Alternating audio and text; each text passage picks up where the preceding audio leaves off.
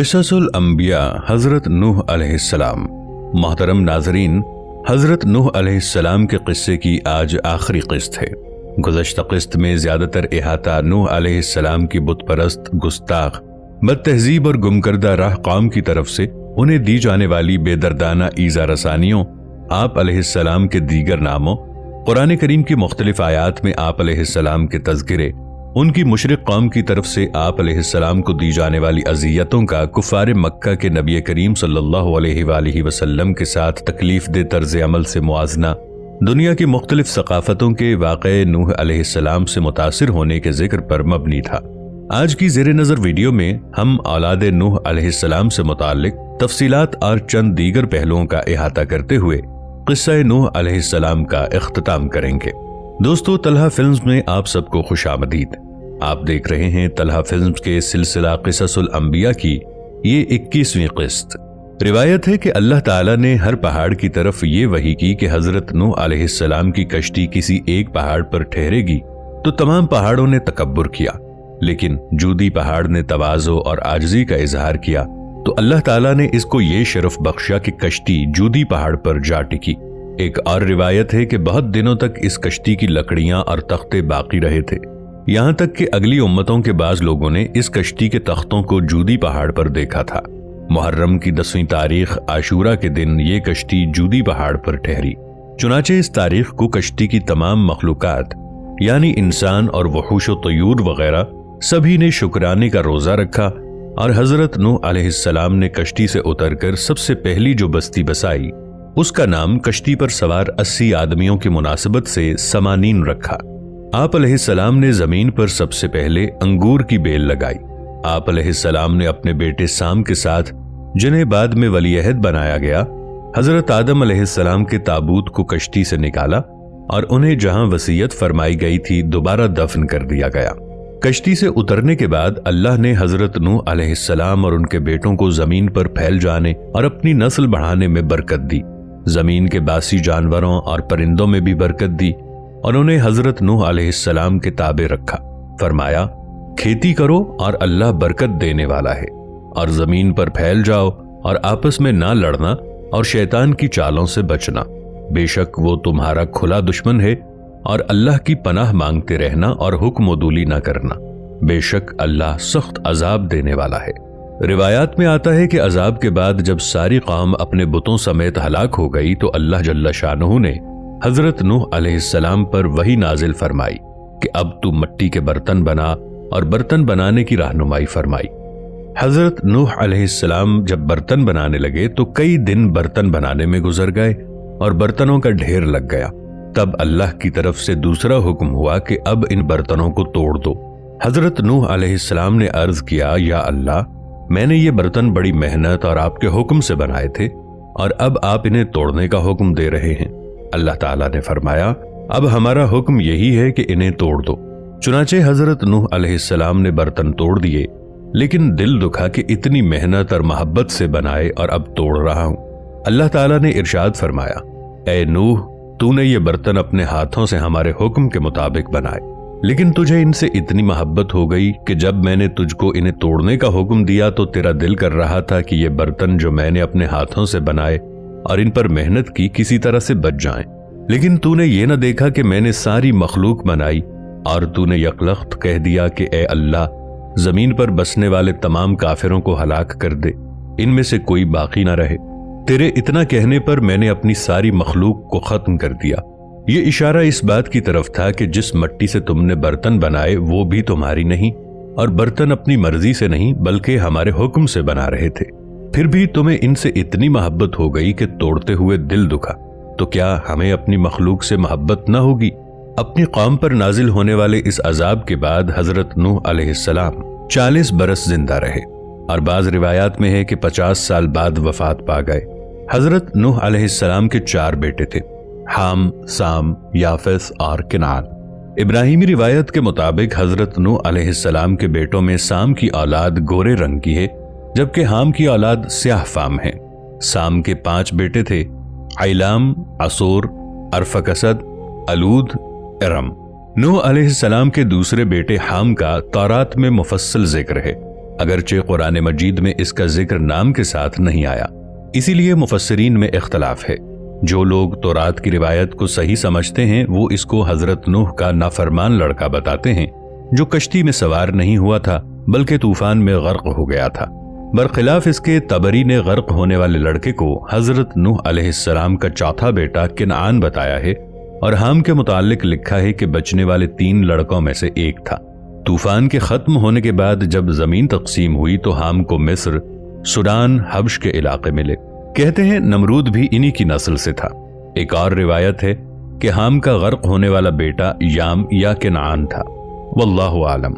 हाम की औलाद के बारे में तौरात में मज़कूर है। बनी हाम ये हैं कूश, मिस्र, फोत और कना। तीसरे बेटे याफिस का जिक्र इस तरह मिलता है। याफिस की नस्ल से तुर्क, सुकाबला और याजूज माजूद थे। याफिस का एक बेटा यवान या यूनान था और इसी के नाम पर यूनान मुल्क का नाम पड़ा। तौरात में औलाद याफिस के बारे में पैदाइश के बाब में उनकी और औलादों का तज़किरा भी मिलता है जिनके नाम हुम्र, माजू, जावर, मादी, याजूज माजूज, यावान, तौबल, मस्क और तीरास हैं। नूह अलैहिस्सलाम का बेटा याम जो ईमान न लाया उसका लक़ब किनान था और किनान की वालिदा वहला दोनों घर वालों से अलहदा रहे और गर्क हो गए। हालांकि तौरात के सफर मज़कूर में नूह अलैहिस्सलाम के 3 ही बेटे लिखे हैं। नीज़ मुफस्सिरीन इस्लाम इस बेटे का नाम किनान बताते हैं जबकि कुछ के नज़दीक किनान हाम का बेटा और नूह अलैहिस्सलाम का पोता था। साम और उनकी औलाद बाद में उसी इलाके में आबाद हुई थी। चुनाचे कौम आद, कौम समूद और हजरत इब्राहीम अलैहिस्सलाम सब सामुन नस्ल थे। हाम और याफिस दूसरे इलाकों में जाकर आबाद हुए और अपने अपने इलाकों में उनकी नस्ल भी आगे चली। ये बताया जाता है कि इनके अलावा हजरत नूह अलैहिस्सलाम का एक बेटा आबिर भी था जो तूफान आने से पहले ही फात हो गया था। हुजूर अक़दस सल्लल्लाहु अलैहि वसल्लम से रिवायत है कि अरबों के फर्जंदाने नूह में अरबों के अब्वाल आबा साम बिन नूह, हबशियों के जद्द अमजद हाम और रूमियों के जद्द आला याफिस बिन नूह हैं। तौरात में मज़कूर है कि कश्ती से उतरने के बाद हजरत नूह अलैहिस्सलाम ने जमीन पर खेती बाड़ी की और सबसे पहले अंगूर की बेल लगाई। एक दिन हजरत नूह अलैहिस्सलाम ने उसमें से अंगूर के गुच्छे तोड़कर उनका अर्क निकाल के पिया, जिसकी वजह से आप पर मदहोशी तारी हो गई और वो नशे की वजह से बरहना हो गए और अपने घर आके पड़ गए। यहाँ ये जिक्र करते चलें कि रिवायात में आता है कि शराब सबसे पहले हजरत नूह अलैहिस्सलाम के दौर में ईजाद हुई। जब किनान या याम ने, जो कि हाम का बेटा था, हजरत नूह अलैहिस्सलाम को इस हाल में देखा तो उसने साम और याफिस को इसकी इत्तला दी। उन्होंने एक कपड़ा लिया और उल्टे पांव यानी मुंह पीछे की तरफ करके चलते हुए जाके हजरत नूह अलैहिस्सलाम की बरहनगी को ढका।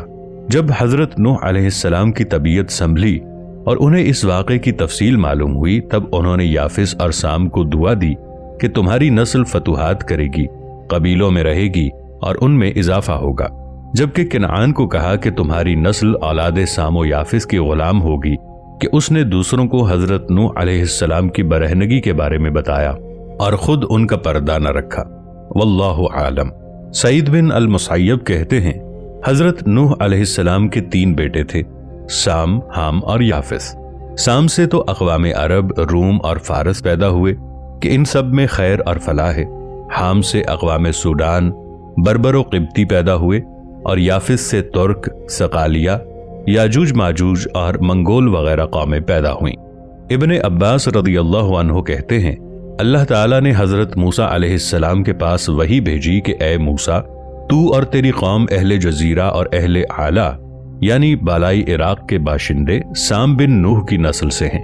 इब्ने अब्बास रज़ियल्लाहु अन्हु ही कहते हैं अरब, ईरानी, क़िब्ती और हिंदुस्तानी भी साम बिन नूह की औलाद हैं।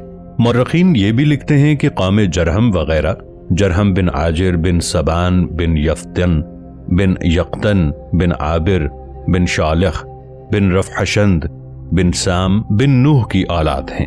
हज़रुल मौत के कबाइल वगैरह भी साम बिन नूह की औलाद हैं। ये उन रावियों का कौल है जो हज़र को बनी इस्माइल से मंसूब नहीं करते। नीज़ ये कि यक्तन का नाम ही क़तआन था। इसके अलावा मुर्रखीन ये भी कहते हैं कि पारसी यानी फ़ारसी, ईरानी, फ़ारस बिन बबरस बिन यासूर बिन साम बिन नूह की औलाद हैं, और जहां तक किब्ती कौम का ताल्लुक है तो वो कबीत बिन माश बिन इरम बिन साम बिन नूह की नस्ल से हैं। अहले जजीरा माश बिन इरम बिन साम बिन नूह से हैं, और अमालका जिन्हें तारीख के औराक में हकूस और चरवाहे भी कहते हैं, ये भी हजरत नूह अलैहिस्सलाम के बेटे साम की नस्ल से हैं। यही वो अमालका हैं जिन्हें अमालीक भी कहा गया।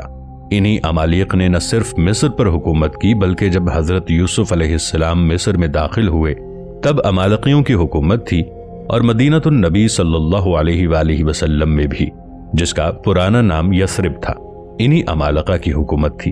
अमालकियों से मुताल्लिक मौर्रिखीन लिखते हैं ये अलीक बिन लौज बिन साम बिन नूह की औलाद में से थे।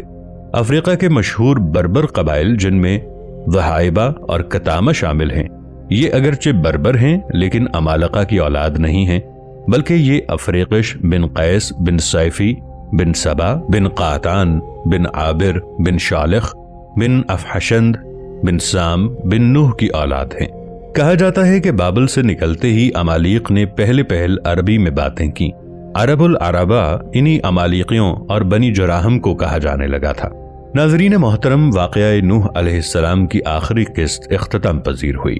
आइंदा के वाक़यात हजरत हूद अलैहिस्सलाम से मुताल्लिक़ हैं। इस दिलचस्प सिलसिले से लम्हा बलम्हा आगाह रहने के लिए हमारे इस चैनल को सब्सक्राइब करते हुए बेल आइकॉन को दबा दीजिए, ताकि हमारी आने वाली वीडियोस भी इसी तसलसल से आप तक पहुंचती रहें।